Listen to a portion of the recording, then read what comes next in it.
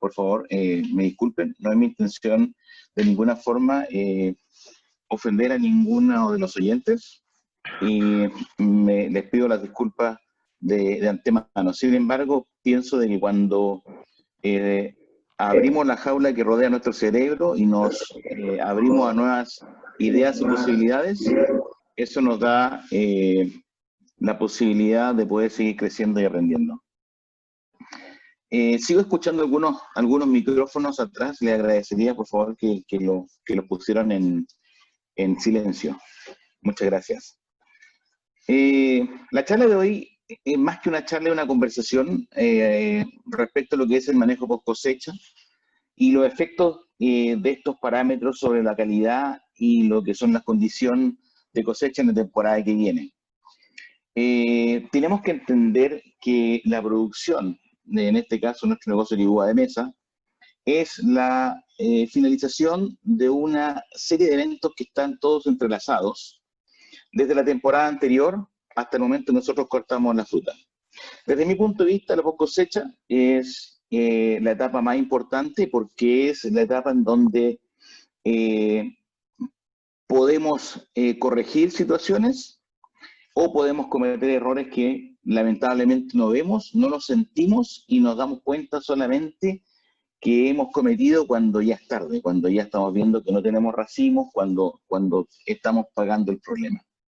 Entonces, ¿qué realmente sucede durante la post cosecha? Bueno, hay una serie de eventos fisiológicos que ocurren durante esta etapa, y entre los más reconocidos tenemos siempre el flash o el crecimiento o pico radicular. Todos sabemos que también acumulamos reservas, la maduración de los materiales de poda y, muy importante y quizás lo más importante, el término del proceso de diferenciación de los primordios florales, del eje central del primordio, porque el crecimiento de hombros y de racimos se produce al momento en que nosotros más o menos estamos con yema hinchada. Desde ese punto hacia adelante ese proceso fisiológico comienza. Pero lo que es la determinación del eje central del racimo pasa en un periodo que va entre el día 80 a 100, dependiendo del lugar en que estamos, a el día 120, 130 de la post cosecha cuando es total. Los principales factores que nos afectan son el clima, la cantidad de fruta cosechada, la historia de la calidad y la condición de fruta durante la última cosecha, la edad de la planta, el patrón, el vigor de la canopia, la calidad de la madera, podríamos agregar características de suelo, pH, salinidad, pero bueno, son factores que tenemos que tener nosotros en consideración para poder afrontar la post cosecha. Generalmente cuando uno habla de post cosecha, la gente dice inmediatamente fertilización, lo primero que se viene. La fertilización es súper importante, pero también la post cosecha es un momento en el cual nosotros podemos, como ya lo dije, corregir errores. Podemos hacer una poda en la cual podemos cortar materiales que están dañados, que se dañaron producto de la temporada anterior, etc. México, ayer lo comenté, en particular Hermosillo, el lugar más parecido que tiene dentro del punto climatológico hablando es Luxor. Yo tuve el agrado y la bendición de haber trabajado en Egipto por 8 años, y la verdad que sí, Egipto tiene una similitud tremenda en lo que es, por ejemplo, Hermosillo. Pero también yo trabajo en la India hace 5 años, y la India también tiene una característica bastante similar a lo que es Hermosillo. Estamos hablando de climas que son muy calientes. La verdad es que nosotros estamos en un sistema, en un mundo, que estamos interconectados. Las plantas todas tienen distintos momentos fisiológicos, pero que se ven afectados de cierta forma por la climatología. Si nosotros hablamos, por ejemplo, de Jalisco, que es una zona subtropical tropical, bueno, tiene alguna similitud con Piura, con Petrolina, muy similar a algunas zonas en India, Nasik, etc. Por tanto, lo que nosotros tenemos que entender es que en México tenemos un desafío importante, porque partimos siempre con una temporada con un clima bastante fresco o muy frío. En los últimos 5 años, pregúntese cuántas heladas han tenido, pero yo recuerdo la de este año, a principio de año, y la del año antes pasado, el cual produjo quizás no daño por helada, pero sí un problema en lo que fue la finalización de la fruta, mucho filaje, aborto floral, etcétera, y un menos volumen. El año pasado el clima estuvo espectacular, tuvieron un sobrevolumen y no tuvieron precio. Este año, a pesar de la pandemia, el mercado se comportó bastante bien. México produjo incluso más de lo que se pedía, pero tuvieron un mercado que fue extraordinario, que se encontró vacío y tuvieron muy buen resultado. Pero siempre terminamos en el proceso productivo, que nos entramos desde enero hacia adelante con un clima siempre muy caliente, lo cual produce, como lo conversábamos ayer, problemas de color, problemas de azúcar, problemas de acidez, etcétera. Pero generalmente decimos post cosecha, ok, y nos relajamos. Y la verdad que post cosecha es un periodo más importante, porque los racimos que iniciamos al momento de flor y estamos frente a una situación de estrés en post cosecha, en la cual el clima es extremadamente caliente o caluroso, los podemos perder. Cuando tenemos un estrés de tipo fisiológico, que puede ser por una baja reposición, por ejemplo, de humedad, si hablamos del caso de un estrés hídrico, o también puede ser una alta, ¿okay? En el caso que no hay oxígeno, la planta tampoco puede tomar agua, y muy altas temperaturas, afectamos el potencial mático de la planta. Se afecta la conductancia hidráulica, por tanto, va a haber un cierre estomático, el cual va a producir que se disminuyan los índices de CO2, terminamos con bajando la conductancia estomática o fotosíntesis. Eso afecta a la biomasa, eso afecta la capacidad de producción de frutos, porque también nos va a afectar la superficie foliar, y afectamos los procesos de transpiración. Cuando afectamos un proceso de transpiración, estamos afectando la capacidad de la planta para tomar ciertos, por ejemplo, cationes que se absorben en forma pasiva, como por ejemplo es el calcio. Yo les comenté recién de los distintos países donde yo tengo experiencia o trabajo. Y la verdad que esta foto podría ser perfectamente representar la realidad de julio, una foto en el suelo, 53 grados Celsius, en la foto que ustedes ven a la izquierda, una foto del suelo, a la de la derecha, 27 grados Celsius. Es el mismo suelo, es una arena franca, en un lugar no está regado, en la otra está regada.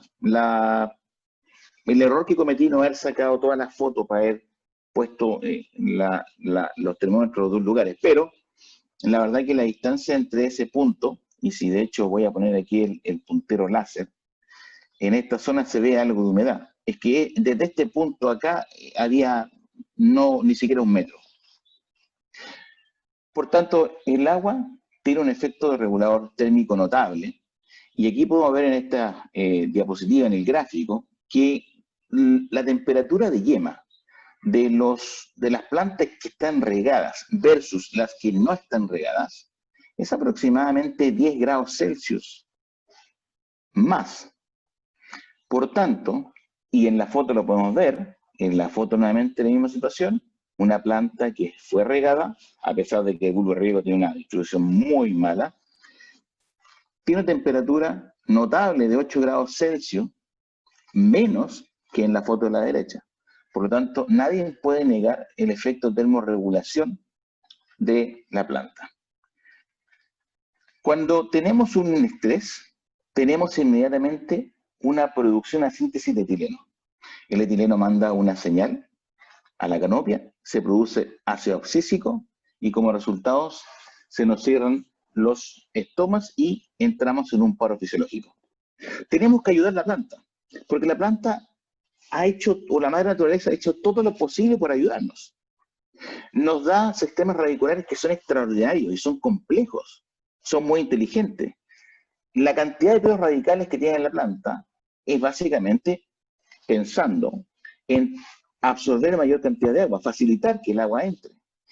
Esas raíces en esos pelos radicales son muy delgados para permitir a través de osmosis una alta permeabilidad del agua. Desarrollan grandes vapores en las células para poder captar el agua y después traspasar esa agua cuando estamos hablando de vías sinplásticas. Y los pelos radicales no tienen cutícula. O sea, el agua puede entrar en forma directa. Entra desde el suelo hasta los haces vasculares y sube, llega a la hoja.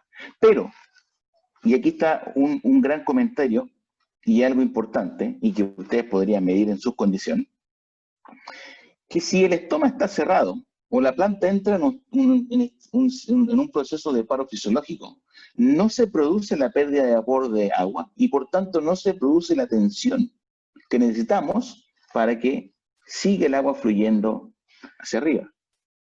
Hay dos formas en las cuales el agua se va a transportar desde la raíz hacia las hojas. Una, o para que lleguen al xilema, en este caso, a través de la vía apoplástica, que es la ruta que va entre el espacio celular y en la cual la planta no gasta energía, es una acción pasiva, y la vía simplástica, que es a través del citoplasma de las células, que requiere de un gasto energético, y cuál es la forma preferida de las plantas para transportar agua.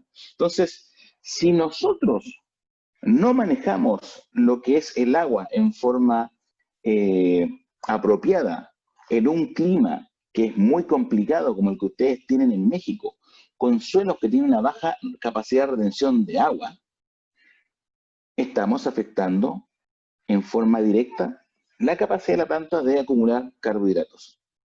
Ustedes pueden hacer todo perfecto en cuanto a la nutrición, manejo, lo que sea, pero si se caen con un condicionador, un factor, en la ley de Liebig, que establece de que la capacidad de potencial productiva está limitada por el factor que está más bajo.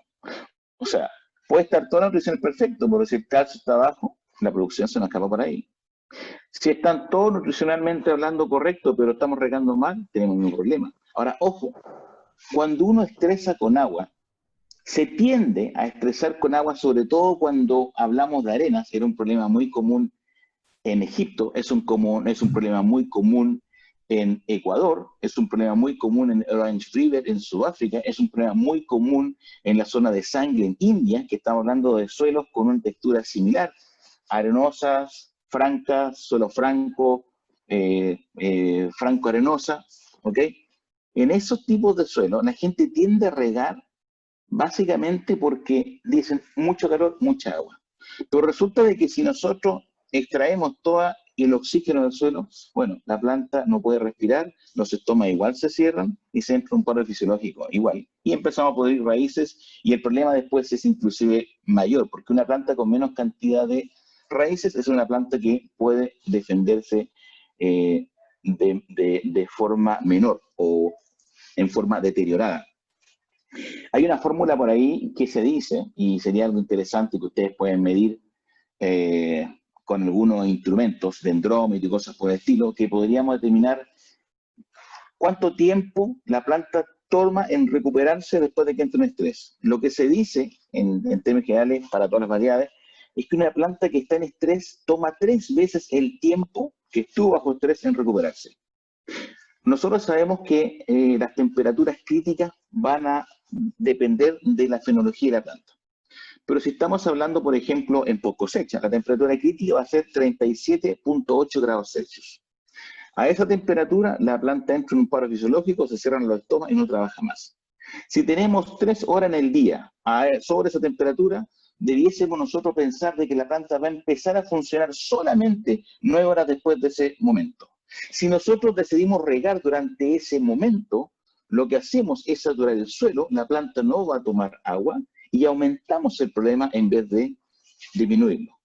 La recomendación que siempre yo le hago a mis productores es que si nosotros hoy en día, con todas las alternativas que tenemos, de poder tener un forecast, me está matando la palabra, una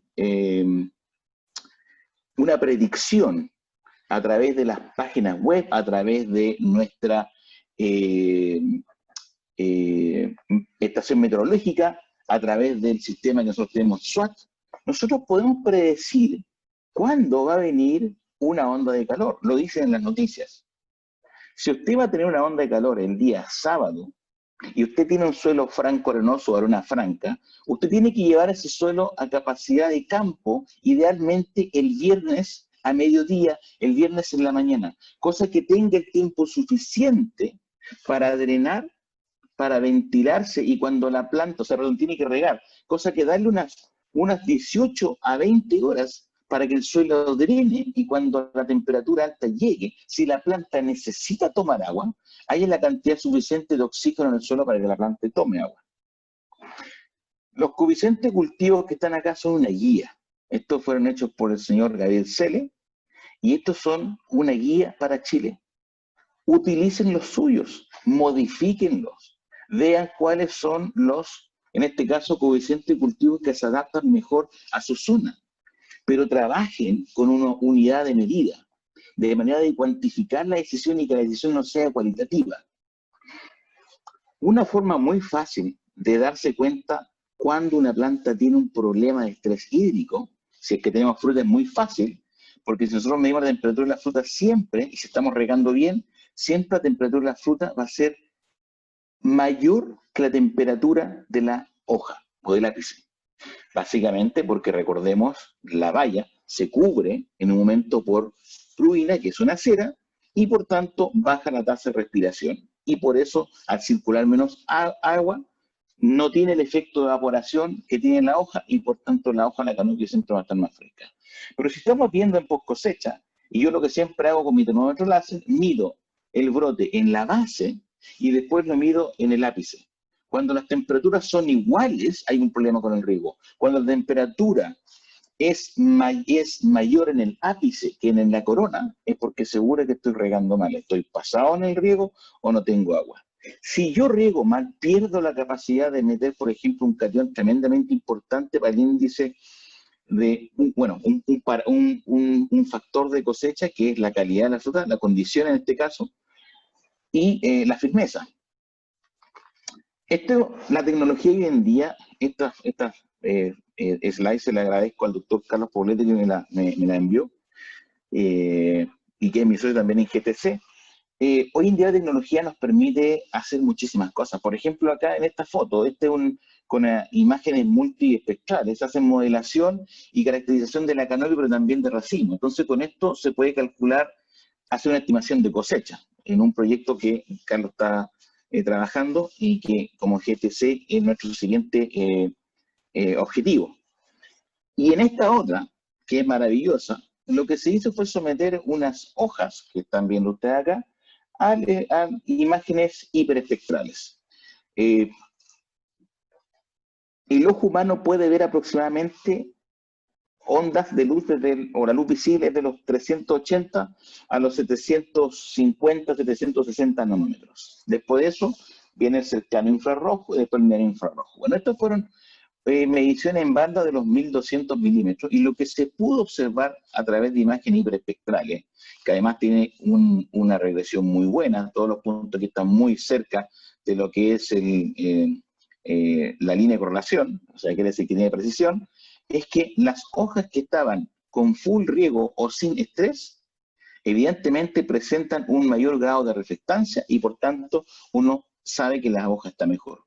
A su vez, las hojas de las plantas que tenían un problema de estrés tenían una menor reflectancia. La diferencia entre 0,41 y 0,52 es alrededor de un 21%. Por tanto, hoy en día la tecnología nos está aportando nuevas posibilidades, herramientas que están en desarrollo y que las vamos a tener en desarrollo en muy corto plazo, en las cuales nosotros como Global Technical Consultancy estamos trabajando, pero existen la forma de ir midiéndonos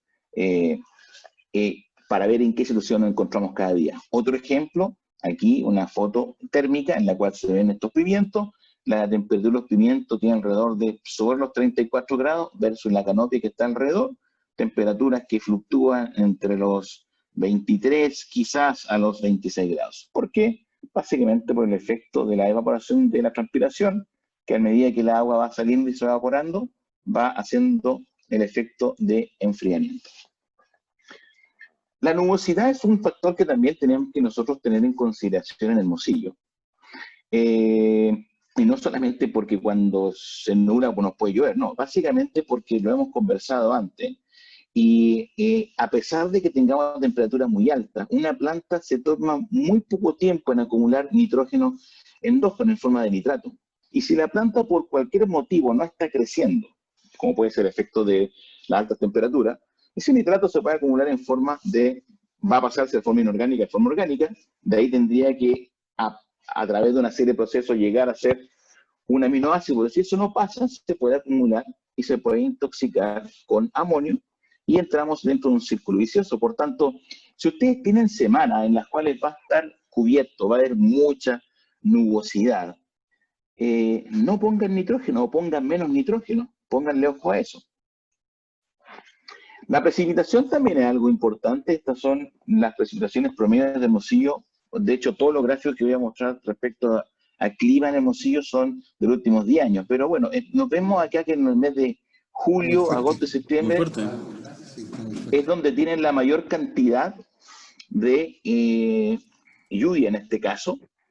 Y tenemos que tener cuidado, porque si ustedes tienen en algunos suelos condiciones de que encharcamiento, lo que van a hacer es que lamentablemente paramos el proceso de nitrificación y se nos produce un proceso de denitrificación y la planta empieza entonces a estar expuesta a absorber amonio y también a perder mucha parte de ese nitrógeno y no lo estamos ocupando. Por tanto, tenemos lo peor de los dos mundos. Una, lo estamos perdiendo por volatización X. Segundo, lo que la planta está tomando no es saludable para la planta. Este es un efecto de la lluvia. Esto fue en India. Y esto es súper interesante porque acá lo que tenemos son las partes por millón, miligramos por kilo de nitrato en el suelo. Estas fueron estas fotos de India. Aquí está, por ejemplo, medido lo que son la cantidad que teníamos en miligramos de nitrógeno. Después, cuando se agregó fertilizante, después, cuando vino una lluvia, aumentó la disponibilidad, el agua rebotó hacia arriba y la concentración aumentó, y después cuando hubo una gran lluvia, lo que básicamente pasa es que se lava. Así que si ustedes tienen suelo en el cual tienen un nivel muy alto de nitratos y tienen además problemas en forma histórica en condición, la recomendación sería tratar de lavar esos suelos en la medida que se los permita. El efecto de la lluvia, estos son análisis que podemos ver acá. Foliares pasa lo mismo. Miren, la planta en este momento tiene 1.04% nitrógeno y después de la lluvia, tiene 1.42. Fíjense que la fecha de este análisis es del 5 de octubre, este es del 16 de octubre, es la planta marcada, es la misma planta, y pasa de 1.04 a 1.42 sin aporte de nitrógeno. ¿Qué es lo que pasa? Que este suelo es un suelo que tiene una mayor retención, un suelo rico, un suelo laterítico, y por tanto hay una cantidad de nitrógeno orgánico importante en el suelo. Recordemos que de la fracción orgánica aproximadamente tenemos un 5% de fracción inorgánica, y al haber una lluvia importante, que esta lluvia fue realmente importante, sobre los 100 milímetros, ¿qué es lo que pasó? Se liberó muchísimo nitrógeno y aquí se expresa claramente en la planta. Pasamos, y esta planta aquí pueden ver claramente que chupó amonio, porque el porcentaje de incremento entre nitrato y nitrato versus amonio, en el amonio fue mucho mayor, pasando de 500 partes por millón a 1000 partes. Por lo tanto, hay que tener también cuidado con las lluvias en el caso de que tengan, por ejemplo, lluvia. Lo que está pasando es que como nosotros estamos regando, y estamos suponiendo que estamos regando bien, estamos manteniendo siempre las sales en la periferia de nuestros bulbos. ¿Okay? Pero cuando básicamente llueve y se moja todo el perfil, tenemos el riesgo de que la conductividad se invierta y las sales se nos metan a la zona de raíz, y de hecho la conductividad más baja se desplaza hacia la entidad o hacia abajo. A eso se le llama bulbo invertido. ¿Qué es lo que yo les recomiendo? Calculen cuál es la capacidad de retención de agua de su suelo. Yo pienso que en los suelos, con lo que he visto allá, ustedes deben estar en una lámina de reposición de unos 8 a 12 milímetros en los blancos arenosos. Si tienen una lluvia a ese nivel, ¿qué quiere decir? Me llueven 8 milímetros, 10 milímetros, ¿ok? No hay problema, fue agua suficiente como para infiltrar todo. Pero si me llueven 7 milímetros, 6 milímetros, ¿ok? O me llueven menos de la lámina que yo tengo que reponer, yo tengo que inmediatamente, la lluvia termine, La regar tele, ¿no? para asegurarme de que voy Sí. a desplazar esas sales. Eh, Respecto a las horas de luz, ustedes están en una condición maravillosa.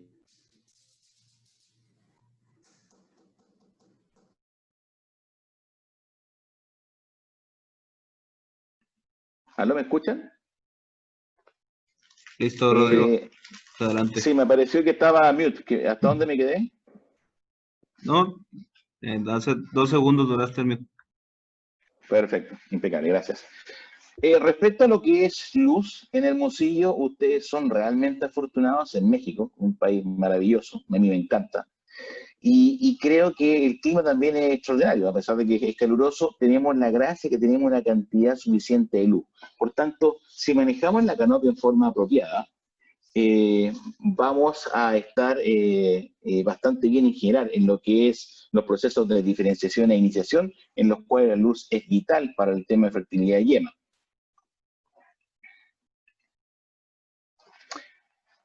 Debemos evitar siempre el estrés durante post cosecha. Eh, Cuando nosotros tenemos un proceso de estrés, que puede ser calor, salinidad, metales pesados, un metabolismo, lo que sea, un estrés de lo que sea, nosotros entramos en un proceso oxidativo. Las plantas ROS lo que hacen es generar peróxido de hidrógeno y la forma de defenderse el planta que tiene es a través de las auxinas llegar a un proceso de homeostasis o tratar de regular las funciones metabólicas de la planta. Si el estrés no es extenso, no hay un daño oxidativo. Pero si el estrés es intenso y nuestra reacción es mala o la planta no tiene un nivel apropiado de auxinas, entonces vamos a ser afectados y vamos a tener problemas en lo que son el crecimiento y desarrollo normal de una planta. Es por eso que a mí me gusta mucho en estos casos aplicar algas. Yo prefiero, como lo dije ayer, particularmente Eclonia, porque Eclonia tiene una respuesta oxínica mejor que lo que es una laminaria o una ascophyllum. Cuando uno habla de las algas, y esta pregunta siempre me la hacen, me dicen, oye, que yo aplico Kelpac, yo aplico, no sé, cualquiera otra, Acadian, y yo aplico With Pro, sí, With Pro. Ok, da lo mismo. Lo importante que es lo siguiente. Si uno toma, por ejemplo, un ascophyllum, si uno toma una laminaria, las algas actúan de distintas formas. La respuesta que tiene Eclonia en lo que son los precursores auxínicos es mejor que la otra. Por tanto, yo recomiendo siempre usar, por ejemplo, Eclonia al principio cuando hay más estrés, al final cuando yo quiero, por ejemplo, hacer una post cosecha, y si necesitan más calibre, el ascophyllum trabaja muy bien. Pero bueno, eso es un tema de gusto de cada uno, es lo que yo personalmente prefiero. Entonces, cuando se produce estrés, la Reactive Oxidative Species, ¿okay? O especies de reacción oxidativa, en lo cual UMS es una de ellas. Si hay un estrés que es grande, se produce un daño. Si es que es moderado, se produce un señalamiento de enzimas a nivel fisiológico, y es ahí donde tenemos que tener cantidades importantes en el sistema de auxinas, tenemos que tener cantidades importantes de calcio, tenemos que tener cantidades importantes de zinc, tenemos que tener cantidades importantes de hierro, de magnesio y de fósforo, porque el magnesio, el zinc, el hierro nos van a básicamente dar la posibilidad de que la planta trabaje. Si la planta tiene una deficiencia de hierro, especialmente con los suelos que tenemos en México podemos tener clorosis férrica, producto del pH. Recuerden que con un 7,5 pH del suelo hacia arriba, el fierro pasa de fierro más 2, se oxida a fierro más 3, precipita y la planta no lo puede tomar. Ustedes pueden tirar el quelato que sea, es que, por ejemplo, la cantidad de hierro que sea, si no es quilatado, y si es que de hecho no es en forma de EDHA, la planta no lo va a tomar. Entonces, hay que tratar de protegerse del estrés. Tenemos que tratar de controlar las temperaturas. ¿Cómo lo hacemos? Tenemos que regar en forma excesiva. Cuando ustedes tienen altas temperaturas y tienen un suelo que arenosa, errar no es permisivo, tienen que realmente manejarlo bien. Tienen que controlar las sales, tienen que manejar la luz de la canopia y la ventilación, por supuesto. Tienen que eliminar las hojas parásitas, las hojas que son amarillas, porque en vez de aportar fotosimilados, lo que hacen es consumir. En canopias vigorosas tienen que eliminar laterales para meter más luz adentro. Tienen que hacer quizás podas de verano, específicamente si vienen de una temporada en la cual tuvieron mucho frío en principio, saquen esos materiales que están dañados. Tienen que eliminar materiales sin posibilidad de producción para una temporada. Tienen que eliminar los materiales sobre y vigorosos, o sea, tienen que tratar de balancear la planta. Tienen que aplicar bioestimulantes, las algas, CAMAP, ácido ortosalicílico, son productos que son muy buenos, trabajan muy bien en situaciones de estrés. Controlar nitrógeno, controlar potasio. No pongan potasio si una planta está estresada.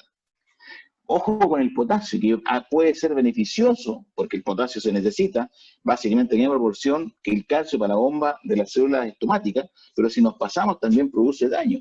Si tenemos muy alto potasio, la planta no puede utilizar calcio, no va a tomar zinc.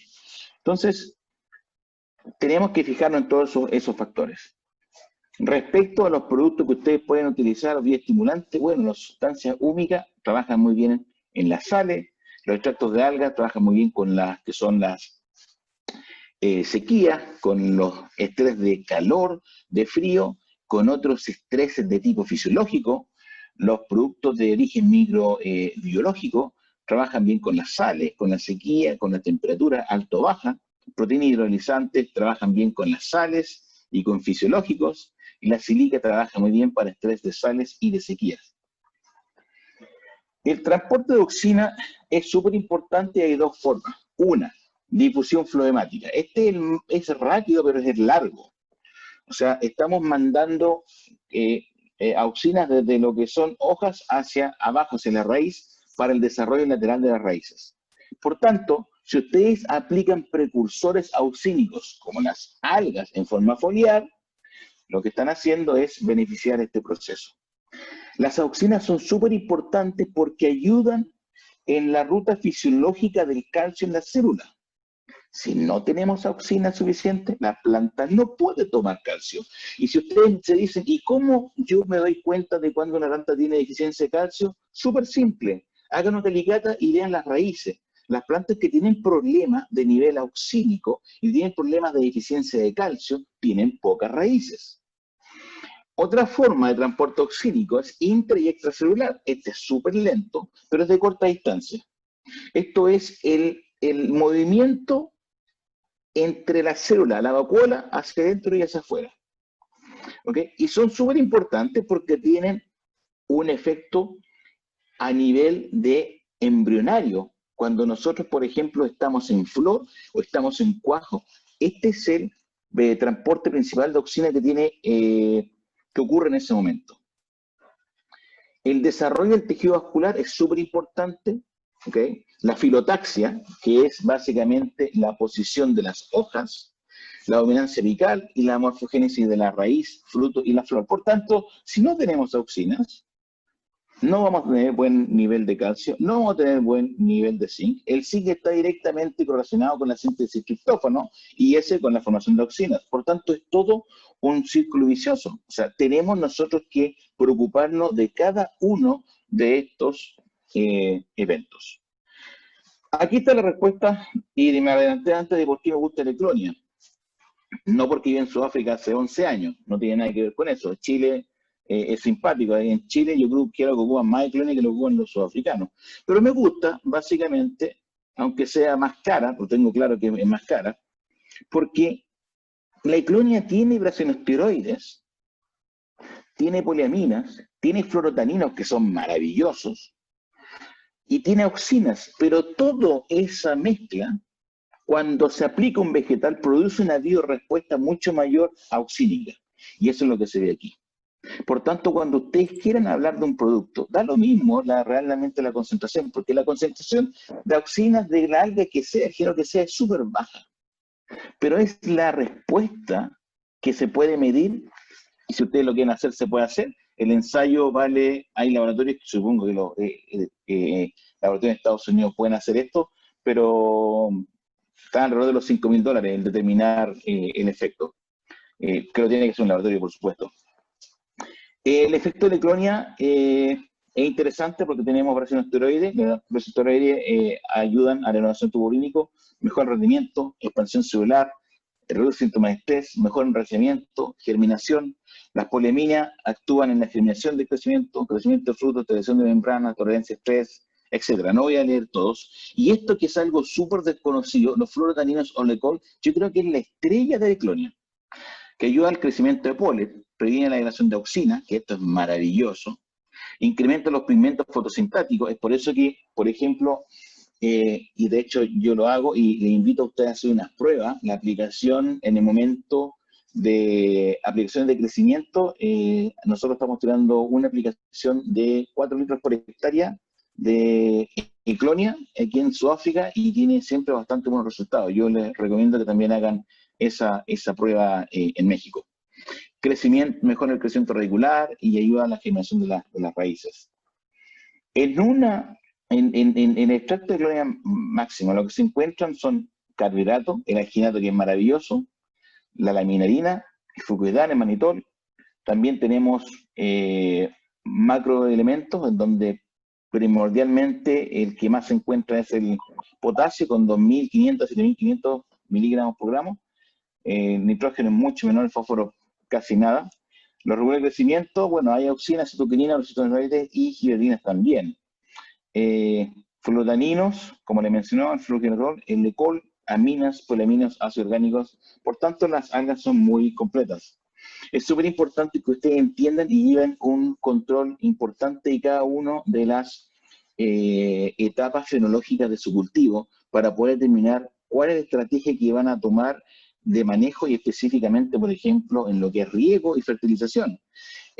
Una práctica muy simple es hacer un risotrón que miden 1 metro de ancho por 1,20 m de alto, se hacen cuadrículas de 5 centímetros, esto es un vidrio súper grueso, es un vidrio reforzado, pueden ser 2 de 8 o un vidrio de 12 milímetros o puede ser un policarbonato también. Y lo que ustedes están viendo acá, se pueden utilizar todas las semanas, son la cantidad de raíces que están creciendo. De esa forma podemos nosotros determinar cuándo aplicar un fertilizante o un nematicida. ¿Por qué? Porque la planta siempre está en una condición muy fácil, respectiva con los otros minerales, de absorber nitrógeno. Desde la cofia hacia el interior del tejido, aproximadamente 2 centímetros de esa estructura tienen la capacidad de absorber nitrógeno. 8 milímetros, o sea, de aquí hasta aquí, tienen la posibilidad de absorber potasio. Calcio 3,8 y fósforo solo 0,8 milímetros. Por tanto, si nosotros no tenemos raíces, no vamos a absorber fósforo, no vamos a absorber calcio y no vamos a absorber magnesio. Cuando una planta entra en estrés y entra en declinación, ustedes siempre ven que el fósforo y el calcio están súper caídos porque les cuesta mucho a la planta recuperar. Este fue un ensayo que lo hizo Sosa en el año 2005, después se replicó en Chile, y en lo que nosotros podemos ver es una doble línea de riego versus una línea de riego. El número de vallas es básicamente lo mismo, 200 a 194. Este fue el otro experimento en Chile, pero lo que se vio es que hubo una concentración de los calibres hacia más arriba, en lo que es la doble línea comparado con una línea de riego. El calibre medio es prácticamente lo mismo, pero el calibre grande era mucho menor en una sola línea de riego y muchísimo mayor en las dos líneas de riego, y el calibre más chico era mucho menor en las dos líneas de riego versus la de uno. ¿Por qué? Porque básicamente nosotros dependemos del agua, no solamente de la cantidad de agua, sino que también de la distribución de agua. Nosotros, si queremos tener frutas firmes, ¿okay?, tenemos que tener alrededor de un 20% materia seca. A mayor cantidad de materia seca, mayor producción vamos a tener y una mejor capacidad de, como conversábamos ayer, también hay estudios que hoy en día establecen claramente que fruta con mejor materia seca tiene mejor coloración y mejor, evidentemente, mayor azúcar. Por tanto, la distribución tiene que estar bien. Ejemplo típico, por ejemplo, aquí un productor con 2 mangueras de riego y las 2 mangueras están súper juntas. Tienen que tener una separación adecuada. Tampoco tenemos que sorregar. Si nosotros sorregamos, como aparece en la foto, estamos básicamente por anoxia radicular matando estas raíces y perdemos las raíces. En este gráfico es muy interesante, podemos ver la cantidad de lámina de agua recuperada al 100% de la necesidad neta de riego, al 150% necesidad neta de riego y al 200%. ¿Qué es lo que vemos? Que lo que se recupera, el 100% de necesidad neta de riego, tiene la menor cantidad de, en este caso, yemas necrosadas. Y tiene el que tiene la mayor cantidad de agua, o que está el suelo siempre mojado, tiene la mayor cantidad de yemas necrosadas. Pero también vemos que tenemos, en este caso, la mayor cantidad de yemas fértiles y tenemos la mayor cantidad de racimos por caña. O sea, no se trata de regar muy poco o regar mucho, hay que regar lo que se requiere. Ustedes tienen que saber cuál es la retención de cada uno de sus suelos respecto a la textura y seguir un plan de riego adecuado. Tienen que entender de que el agua tiene un comportamiento súper distinto y no ideal en el suelo respecto a que nuestras mentes nos dicen. Sabemos que en un suelo que tiene una textura, por ejemplo, arenosa, si nosotros le ponemos una cantidad de agua o un volumen bajo, el agua desciende más rápido que cuando le pone un volumen más alto, porque como hay mayor cantidad de espacio poroso, lo que pasa es que el bulbo se empieza a hacer mucho más ancho, pero le cuesta profundizar. Cuando tenemos un suelo franco, inclusive este efecto es mayor. Este fue un ensayo que se hizo en el cual los goteros estaban a 1 metro, y aquí podemos ver el punto del gotero donde está goteando. Este gotero tenía 4 litros, y estos son 12 litros, perdón, en 3 horas. Lo que se puede ver es que el agua se está acumulando en la vertical aproximadamente a los 60 centímetros. A esa profundidad están siempre las raíces de nuestras parras. Nosotros hacemos un perfil, una calicata, y siempre nos encontramos que las raíces empiezan a estar en forma importante, de los 25 centímetros hasta los 60, 80. Por tanto, si ustedes tienen este sistema de riego, lo que va a pasar es que van a estar sofocando raíces en forma constante. Por otro lado, la distribución lateral es bastante buena. En otro ejemplo, es la misma riera, pero ahora son goteros de 1,6 y están a 0,4 metros.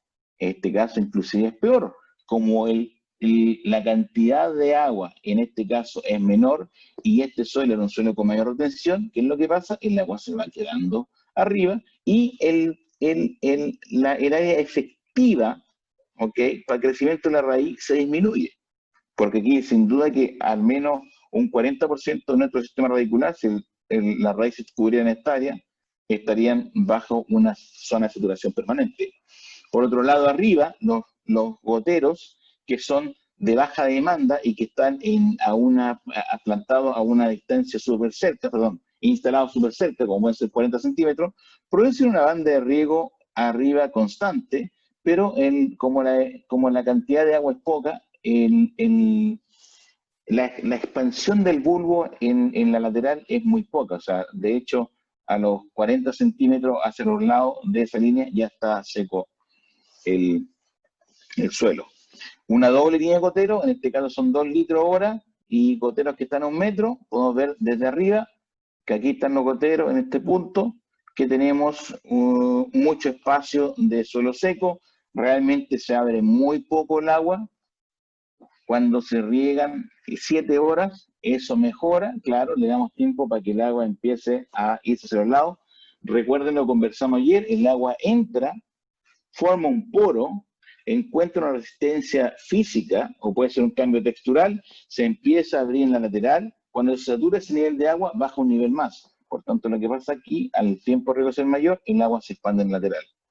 Dentro del punto de vista de infiltración del agua en forma vertical, estamos viendo aquí que también el agua penetra, pero es un bulbo también súper súper angosto, y de hecho, si nosotros tenemos raíces que llegan en lateral, digamos, 60 o 70 centímetros,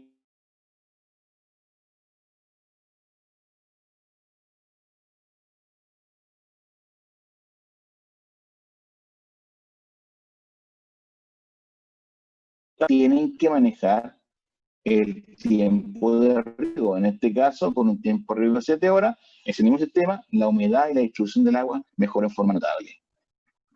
¿Me están escuchando? Me acaba de aparecer un mensaje que la conexión era inestable. ¿Me han escuchado? ¿Me pueden confirmar, por favor? Se perdieron unos 10 segundos de la lámina anterior, Rodrigo, al final. Como que se cortó el internet por un momento. Me voy para atrás. Perfecto, Sí, gracias. por favor. Gracias. Si pasa cualquier cosa, por favor me interrumpen en forma inmediata, ¿ok? Gracias. Lo que estaba diciendo acá es que tenemos que ver y manejar nuestro volumen de riego. En este caso, con 7 horas de riego, podemos ver de que la infiltración mejora dentro del punto de vista vertical y también en la expansión lateral del bulbo. Cuando tenemos problemas de anoxia, hay evidentemente efectos físicos que nosotros vemos. Podemos ver una canopia amarilla, eso es típico de anoxia radicular. En este caso está además influenciada por la baja temperatura. Y si vemos raíces, bueno, empezamos a ver raíces que son rojas como esta. Y también si nosotros hacemos tinciones de raíces con yodo, recuerden que cuando uno aplica yodo al carbohidrato se forma rugol.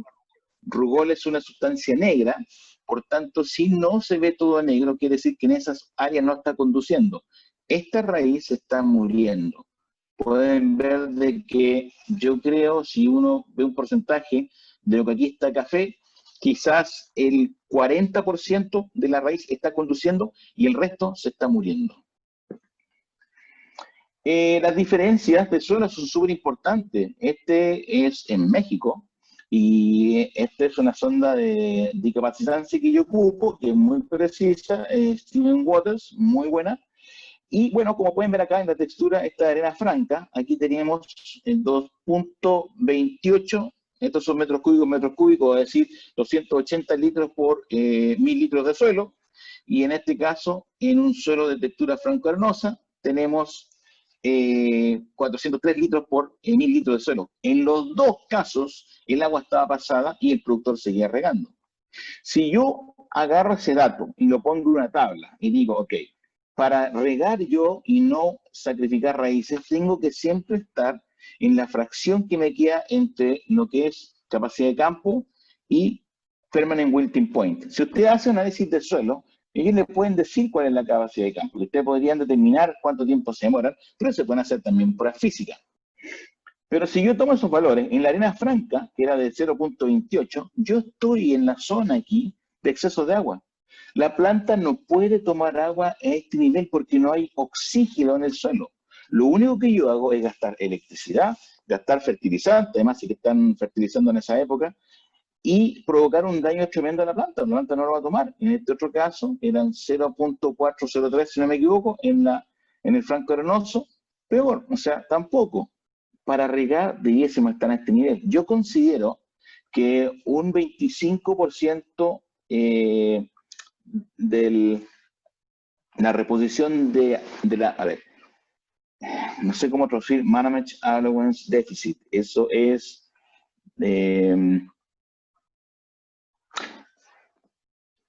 la necesidad neta de riego, uno debiese manejar en climas cálidos como son, por ejemplo, de Hermosillo, que es lo que yo hago en Sangli, o que lo que hago en Egipto con muy buen resultado, es manejar un 20%, 25% de permisividad. Decir, ok, mi suelo me retiene, para hacer un ejemplo súper claro, si mi tanque de suelo tiene 30 milímetros, yo voy a permitir que el suelo pierda 7,5 y mis riegos van a ser de 7,5. Entonces yo estoy permitiendo al suelo que tenga un tiempo más largo de ventilación y así yo no me arriesgo y no saturo raíces.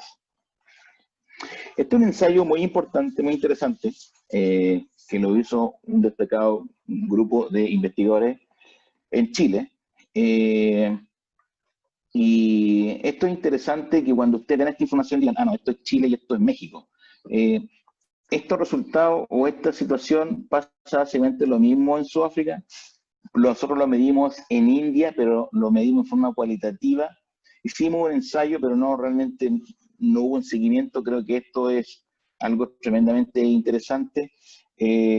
Lo hemos hecho también en Egipto. Y la verdad es que si ustedes, por ejemplo, se fijan acá en estas variedades, la Crimson Seedless, dos campos, el Peñón y Nueva Aurora, con una reposición de 10.000 metros cúbicos en la temporada, cosecharon 42.000 kilos por hectárea. El tratamiento 2 fueron básicamente 8.000 metros cúbicos, cosecharon 38.000 kilos.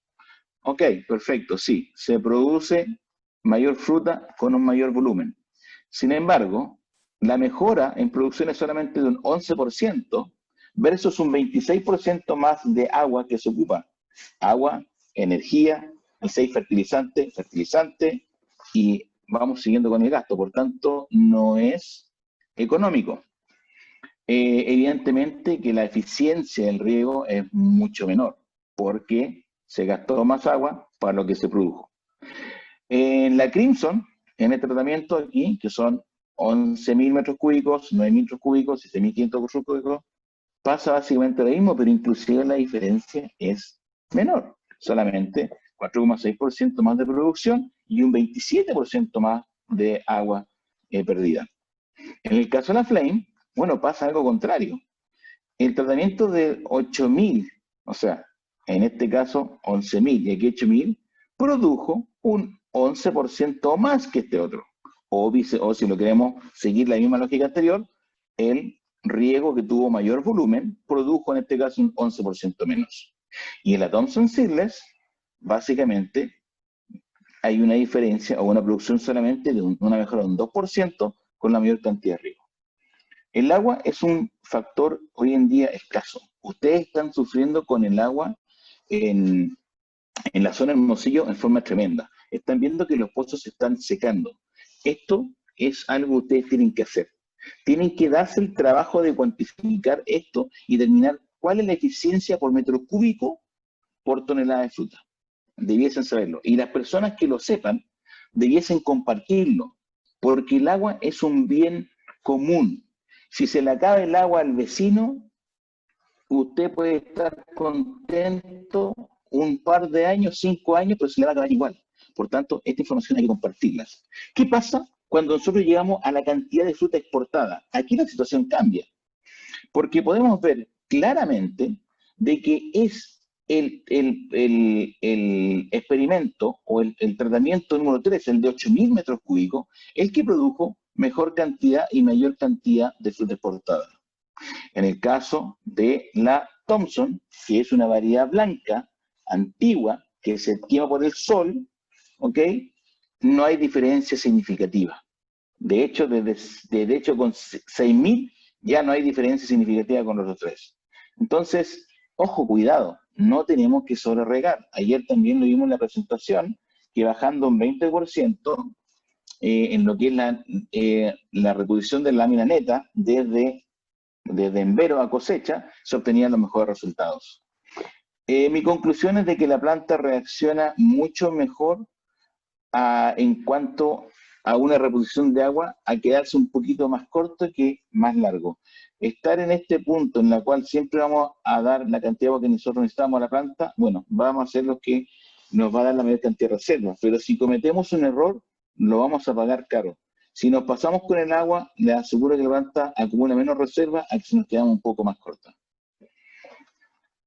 Otro ejemplo claro, aquí tenemos este desarrollo radicular de un risotrón, y lo que podemos ver acá es que ahí estuvo cosecha y el productor estaba regando, bueno, bajó el riego una vez a la semana, y lo que pasó es que dijo, uy, me quedé muy seco, y decidió aumentar el riego en forma notable en esta sección. ¿Cuál es el resultado de la raíz la próxima semana? Disminuir. Dijo, ok, perfecto, lo voy a mantener. Cuando lo mantuvo, básicamente las raíces siguieron creciendo en forma lineal. Dijo, lo voy a bajar un poco. ¿Cuál fue el resultado? Las raíces subieron nuevamente. Pero después, ¿qué es lo que pasó? Lo mantiene el riego y se mantiene más. Y cuando decide bajar el riego al final, porque dice, ok, me estoy pasando, nuevamente obtiene un pico radicular mayor. Por tanto, si nosotros vemos, por ejemplo, una raíz, un corte de una raíz con estrés y una sin estrés, vemos que una raíz que no tiene estrés tiene una mayor cantidad de conducción. Los bases vasculares son más pequeños, pero en mayor cantidad.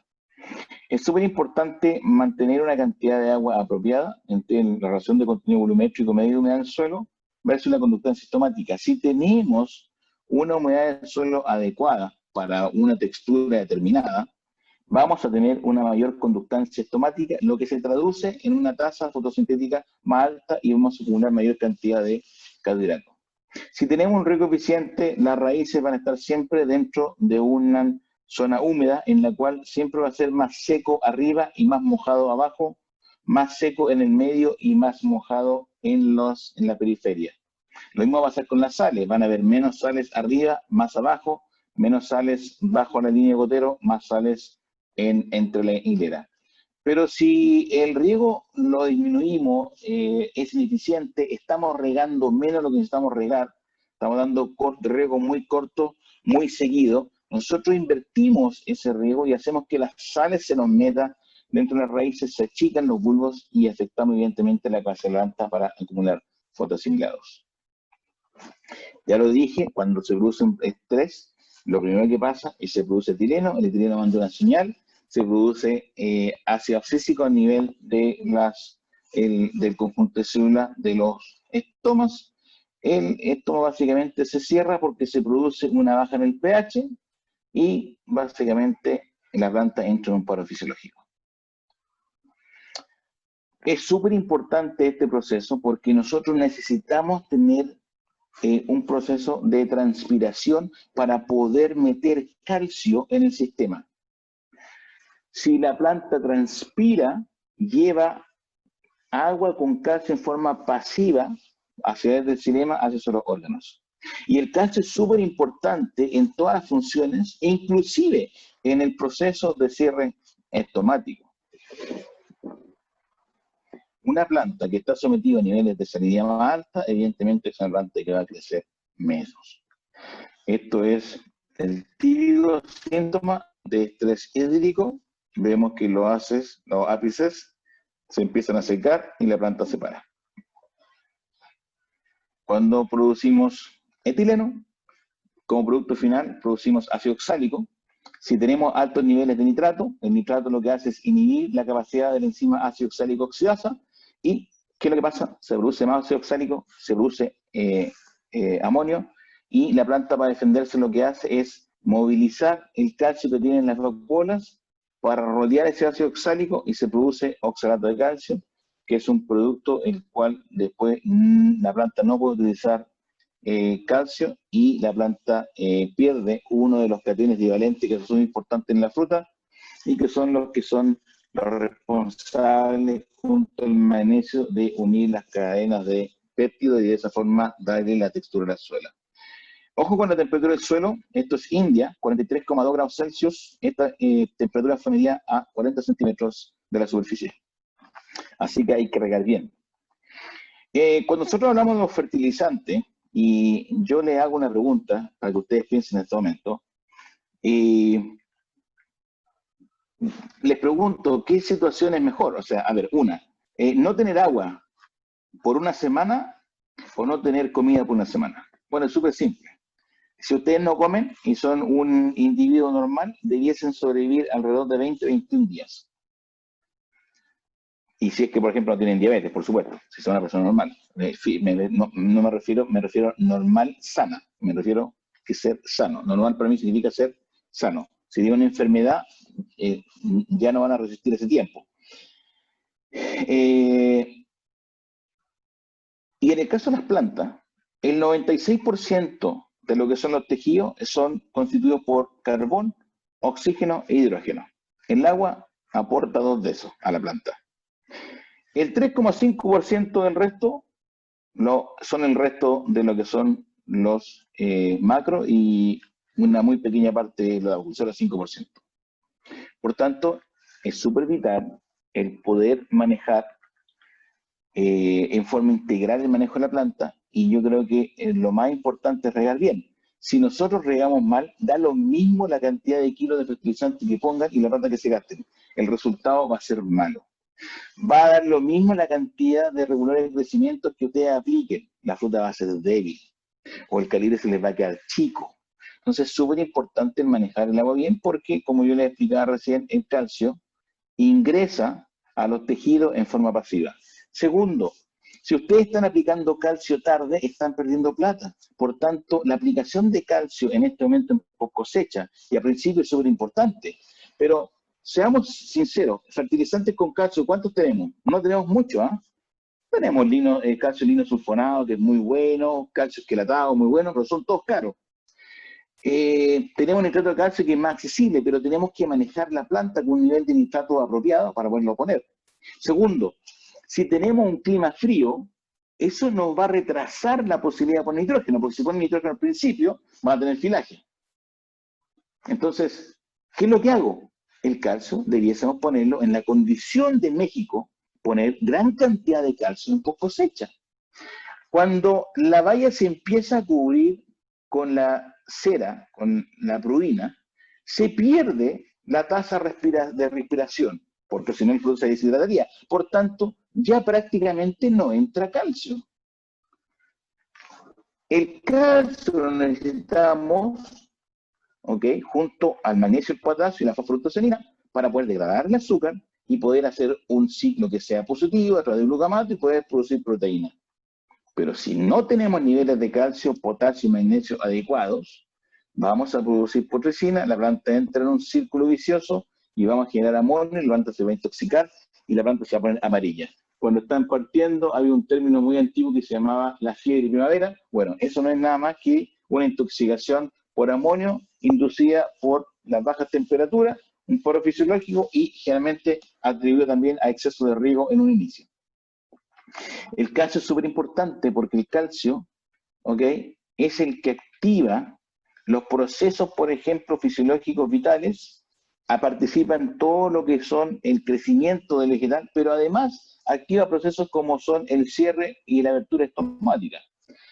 Si nosotros tenemos un nivel de auxina importante o interesante en la planta, vamos a facilitar el paso fisiológico o lo que se llama el canal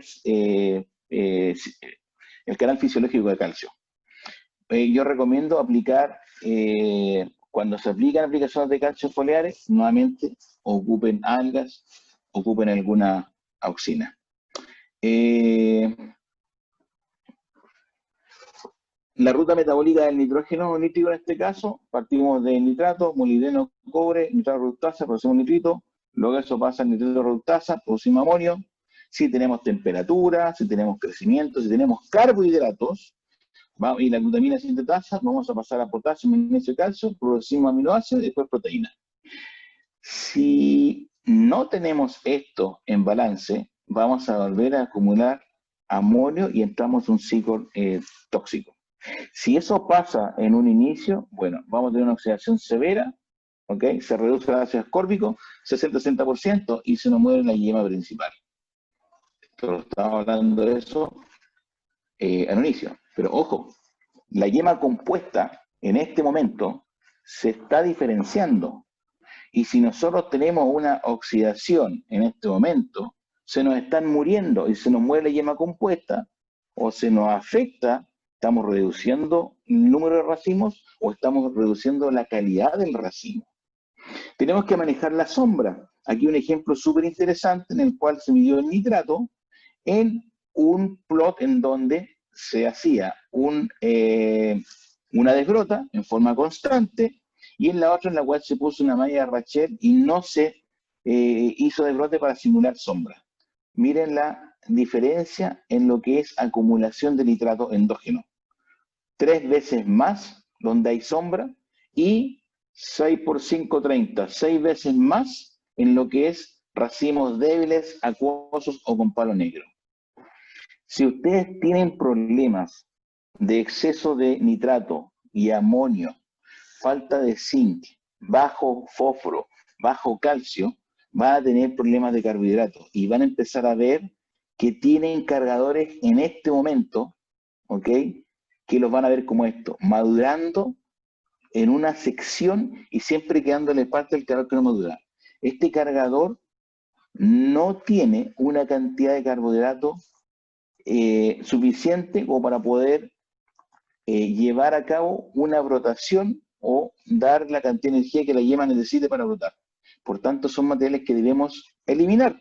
Si tenemos en verano, dejamos materiales con buena maduración y cortamos los excesos donde tenemos estos materiales para poder ayudar a estos. Aplicamos bioestimulantes, aplicamos biomaneácidos, aplicamos algas, aplicamos los nutrientes que tengan que aplicar. Ojo, yo no digo no apliquen nitrógeno. Yo digo sí, se aplique el nitrógeno, pero apliquen el nitrógeno que se debe colocar en la cantidad que necesitan. Si tenemos tejidos que están dañados por heladas, que fueron autorrecuperados como este, sáquenlos. Si tenemos situaciones como esta, terminamos con situaciones en la cual hubo un exceso de carga y la planta no pudo hacer todos esos racimos, fue porque no tenía la cantidad suficiente de carbohidratos. Era demasiada carga para la fruta. ¿Cuál es el resultado? Los cargadores se quedan verdes. Saquen esos cargadores verdes ahora, sáquenlo ya. Dejen estos cargadores que están aquí maduros y saquen el resto. ¿Ok?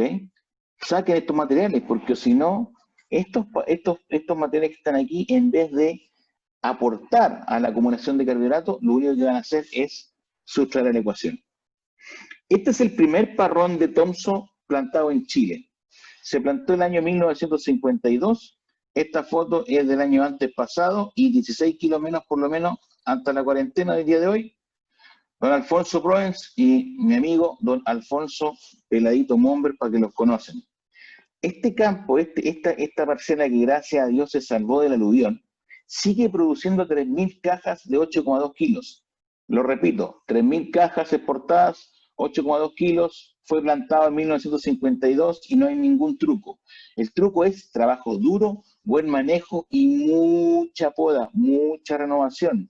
Cuando ustedes podan, ustedes renuevan. Si tenemos una poda como corresponde, si tenemos renovación, si tenemos carbohidratos, podemos tener fruta como esta, con un contenido importante de materia seca que va a ser sobre el 20%. Vamos a tener fruta firme, vamos a tener bayas que sean firmes y que van a poder no solamente llegar a Estados Unidos si quieren mandar fruta a China, porque el precio está mejor en China, van a poder mandar fruta a China. Necesitamos mínimo un 18% de materia seca, mínimo. Idealmente 20-21% de materia seca. Si tienen menos de 12% de materia seca, son frutas débiles, frutas con problemas altísimos, si es mucho ácido tartárico, cuesta mucho agarrar pH, cuesta mucho agarrar color, tienen todo el problema. ¿Por qué? Porque no tienen los niveles de carbohidratos apropiados en las plantas. Como les decía, los cationes divalentes, calcio y magnesio, son los que unen las cadenas de lectina y hacen un entramado. El resultado es que, en este caso, la endosperma del fruto se entrelaza y produce una malla que es dura. Pero cuando se une a estas moléculas que son monovalentes, no se pueden entrelazar, no se pueden unir y el tejido es débil, como el de la foto que estamos viendo acá de la fruta. Los niveles de nitrógeno tenemos que controlarlos. Si tenemos alto nivel de nitrógeno en fruta, 1,8, no tenemos materia seca. Y ojo, materia seca es menos peso. Pueden tener una valla súper grande, súper bonita, pero liviana. ¿Por qué? Porque el nitrógeno, porcentaje de nitrógeno, muy alto. Tienen que manejar idealmente un nivel de nitrógeno de un 0,5 a un 0,58. Es muy pequeña la fracción para ustedes realmente tener un 20 o un 20% de materia seca como al lado.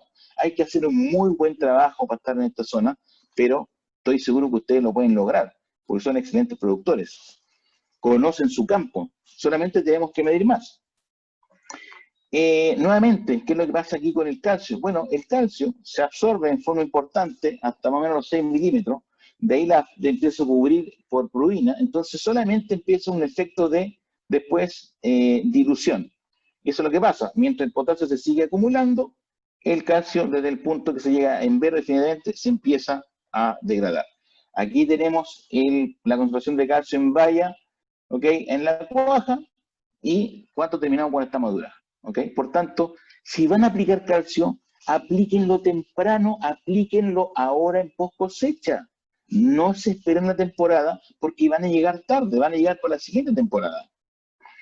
Cuando hay una temperatura que es buena, hay una buena transpiración.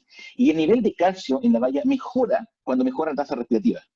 Tenemos que regar bien, porque ahora está haciendo mucho calor en Hermosillo, o en todo básicamente México, y si no regamos bien y la planta se estresa, cierra los estomas, va a parar lo que es la transpiración y va por tanto parar lo que es la asimilación de calcio. Si regamos bien, si regamos no mucho, regamos no poco, la transpiración es más alta y el nivel de calcio que entra en la zona es más alto. La luz es súper importante, la fruta que siempre está más expuesta a la luz es fruta siempre más firme, la que está más oscura es más blanda. Por tanto, si yo hago una poda de grano, no elijan cargadores de aquí, elijan cargadores de más luz. Fruta firme siempre va a estar en buena madera. De otra forma, no se logra. Manejen la relación de potasio. Cuidado con el potasio. Cuidado con decir, voy a aplicar un fertilizante. A todos nos gusta mucho, por ejemplo, el 18, 18, 18. Es maravilloso. Es uno de los mejores, es antiguo, funciona. Pero ojo, si yo tengo alto nitrógeno, no puedo aplicar un 18, 18, 18 porque quizás no necesito aplicar nitrógeno. O ojo, tengo el potasio bajo, necesito poner más potasio, no puedo poner un 18, 18, 18 porque pierdo relación. Trabajen con productos específicos, con productos individuales. Cuando esté la planta balanceada, sus análisis digan que todo está espectacular, jueguensela con eso para simplificar la vida. Pero si tienen un problema de calidad, un problema de condición, jueguensela por ver y encontrar la causa del problema y atacar esa causa. Cuando tiene una relación de potasio, calcio, magnesio y está a un nivel sobre 2, les aseguro que van a tener una pesadilla de palo negro. Esa relación siempre tiene que estar baja, por tanto, el potasio en desmedida es malo. Malo, les ayuda para los kilos, pero no se les ayuda para la toma de color, no les ayuda para la toma de grado. La sombra, ya lo dijimos, mucho nitrógeno, así que tenemos que mantener siempre las hojas bajo la canopia limpia, tenemos que mantener una buena luminosidad. Las hojas amarillas tienen que ir, siempre dice la gente, bueno, la hoja tiene que ser como versión de un jaguar, bueno, eso es bastante cualitativo. Yo les diría mejor que eso es tener un buen sensor de luz y te dicen ustedes estar trabajando alrededor de 1000, depende de la variedad, 1000, digamos 1300 o 2000 lux en uvas blancas y en uvas rojas son bastante menos sensibles, pero yo mantendría no menos de 2000 y en post cosecha ya tenemos que irnos a sobre los 3000 lux para tener una buena tasa fotosintética. El peso de la valla está relacionado con la relación con la hoja, o sea, si no tenemos hojas, tenemos muchas hojas, estamos sobre vigorosos, tenemos menos peso de valla. Tenemos la cantidad de hojas correcta, tenemos la cantidad de peso de valla apropiada, porque vamos a tener más carbohidratos nuevamente.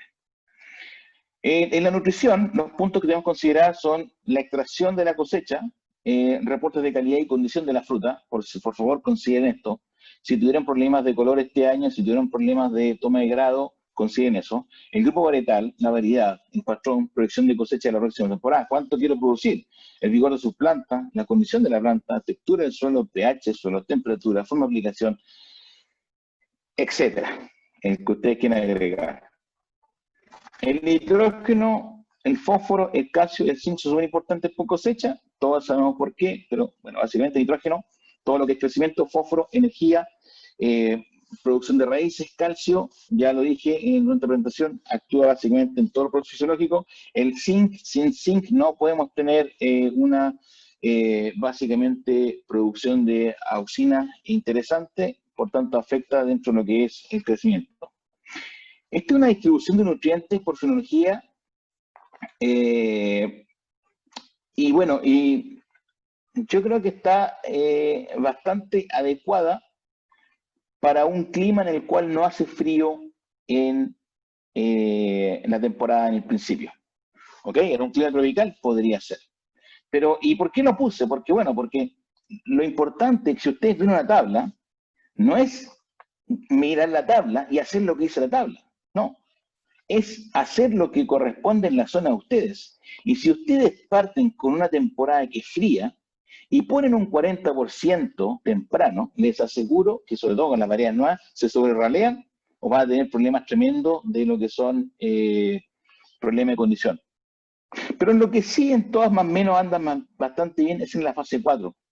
El nitrógeno idealmente, sobre todo en suelos más bien livianos y con clima muy frío en inicio de la temporada y muy caluroso al término y post cosecha, uno debiese jugarse a poner el 50%, el 60% de nutrición en esta etapa, en post cosecha. Especialmente estamos hablando de lo que es nitrógeno, calcio, fósforo, zinc. Esta es una tabla que yo hice y que yo la adapté. ¿Okay? Esto es para climas subtropicales y tropicales. Estos son números míos. Y es lo que yo hago, por ejemplo, en la India, en Ecuador, ¿ok? Y esta es la distribución. Y esto es básicamente porque la gente, por ejemplo, que está en Jalisco, si yo tengo una doble poda, yo tengo una doble reposición de nutrientes que tengo que dar. Por tanto, tengo que distribuir en mejor forma. Pero en estos climas, como el clima generalmente es más benigno con nosotros, esos picos de temperatura son más controlados, yo también puedo distribuir los nutrientes en una forma mejor.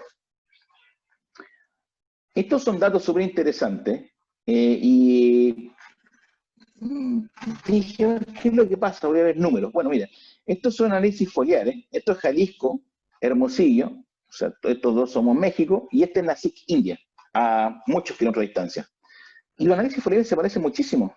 Mismo comportamiento de nitrógeno, mismo comportamiento de nitrato. Ojo, ese número 113, en los análisis me dieron todas las muestras 113, por tanto yo creo que un problema hay en el laboratorio en lo que es la toma de nitrato.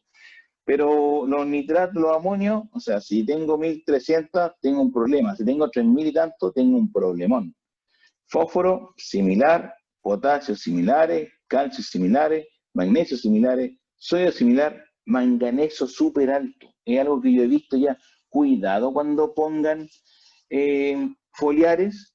Ojo, vean la etiqueta. Si ustedes tienen problemas con el hierro, ¿ok? O el análisis les dice que el hierro está bien, pero si les está poniendo amarillo, primero tienen que ver el pH del suelo. Si el pH del suelo está sobre el 7,51, tienen que solamente usar formas de hierro EDHA. Y segundo, tienen que tener al menos una relación de 1,5 veces más hierro que manganeso. Porque en este caso, en esta situación, la planta no puede utilizar ese hierro y va a presentar una clorosis férrica.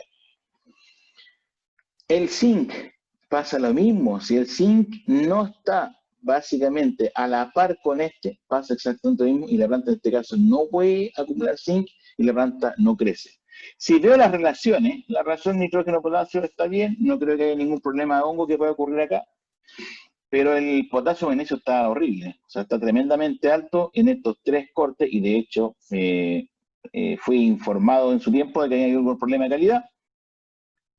Van a tener riesgo de toma de azúcar, 1, si es de color, toma de color, y también fruta blanda. Calcio, magnesio, también la relación muy mala, lo de potasio, calcio, magnesio como 10 veces más alta, y por supuesto la relación de hierro, manganeso también baja. Consideren la condición de sus plantas. Esto fue hecho por Conradi, para variedades tradicionales. Él dice de que una planta con crecimiento pobre, entre brote de... Esto yo lo modifiqué. Él dice de brotación a flor. Yo nunca jamás, excepto que no tengan frío y tengan temperaturas de suelo sobre 15, nunca jamás pongo nitrógeno antes de 20 centímetros mínimo. Pero es una decisión personal y cuestionable técnicamente, pero es lo que a mí me funciona y es lo que yo creo. 30 a 40, por ejemplo, kilos. Y como ustedes pueden ver acá, si el crecimiento vegetal es ideal, bueno, esto es la distribución. Y si el crecimiento de lujo es excesivo, no ponen nitrógeno, solamente se pone en básicamente por cosecha, y estoy absolutamente de acuerdo con eso. Esto es una modificación mía, estas son para variedades nuevas. Yo creo que cuando la variedad está muy pobre, y dependiendo de la variedad que sea una producción importante, por lo menos uno tiene que sustraerle un 20 o un 30%. Pero si vamos a hablar, por ejemplo, no sé si hay Melody allá, o pero si hay Sweet Celebration, Sweet Celebration está un poco vigorosa, la fertilización no tiene que ser más allá de 45 o 50 kilos por hectárea. Son los números que andan mejor en zonas de alta temperatura, produciendo 32.000 kilos, 33.000 kilos por hectárea. Entonces, es un tema que ustedes tienen que ajustar a la realidad que ustedes tienen. ¿Cómo lo pueden hacer? Bueno, considerando básicamente la demanda de cada uno de los minerales por kilo. Esto básicamente una tabla. Lo que yo hago generalmente es más bien cercano a esto, en las variedades nuevas yo digo 0.9, 0.4, 2. Yo en este caso no ocupo 0.11, yo ocupo generalmente aquí 0.5 de calcio, y de magnesio también ocupo mucho más. Si yo multiplico eso por una producción promedio de 26 toneladas por 3.200 cajas, que tengo entendido de que entonces la planta consumió esta cantidad de minerales, y eso es lo que yo parto recuperándoselo en post cosecha.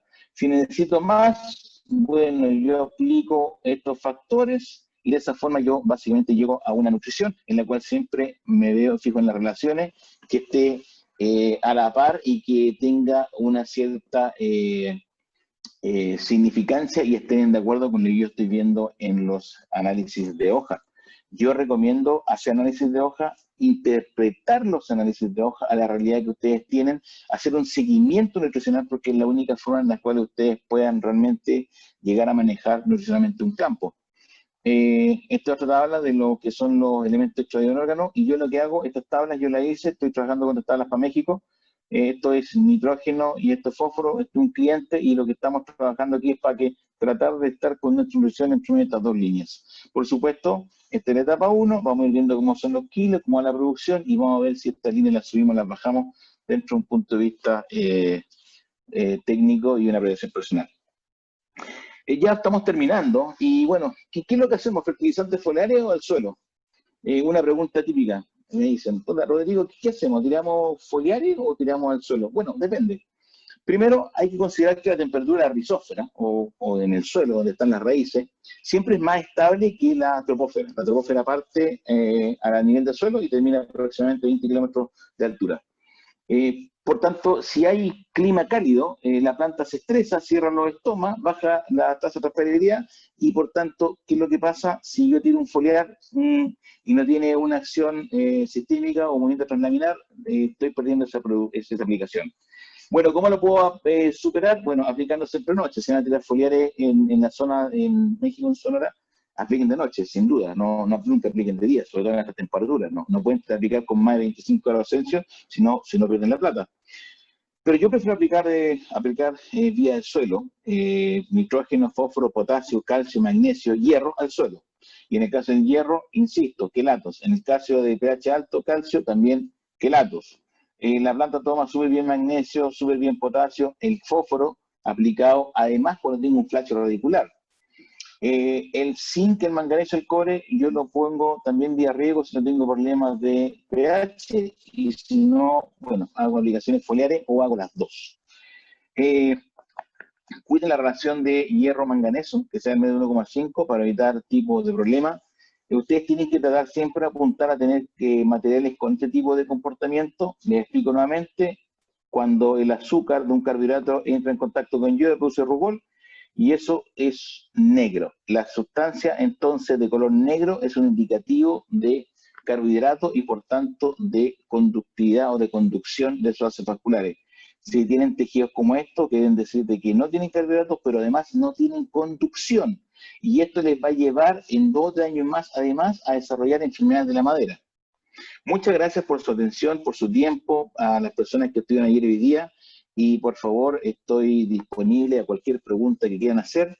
Esta frase creo que este año tiene mucho sentido. No es más fuerte ni más inteligente el que sobrevive, sino que aquel que se adapta a los cambios que tenemos. Tenemos que adaptarnos, tenemos que quedarnos en casa, tenemos que cuidarnos todos, y tenemos que ser más eficientes. Muchas gracias.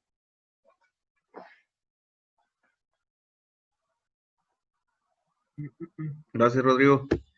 Muchas gracias. Continuamos con las preguntas, Rodrigo, para... Sí, por supuesto. Muy bien. ¿No quieres poner la cámara para, como ayer, Rodrigo? Sí, no puedo sacar se me quedó pegado el cursor. Ok. Bueno, por lo pronto las voy leyendo. Ahora sí. ¿Hay alguna forma que tú puedas parar el share? No, pero te voy a poner como Ahí sí, listo, ahí ¿no? sí, ahí Ya. sí. Ahí sí. Listo. Aquí estoy. Muy bien. Primero, Víctor Romero. Buen día. Felicidades por la charla, Rodrigo. ¿Tienes alguna experiencia Muchas gracias, Víctor. de acolchado plástico para eficientar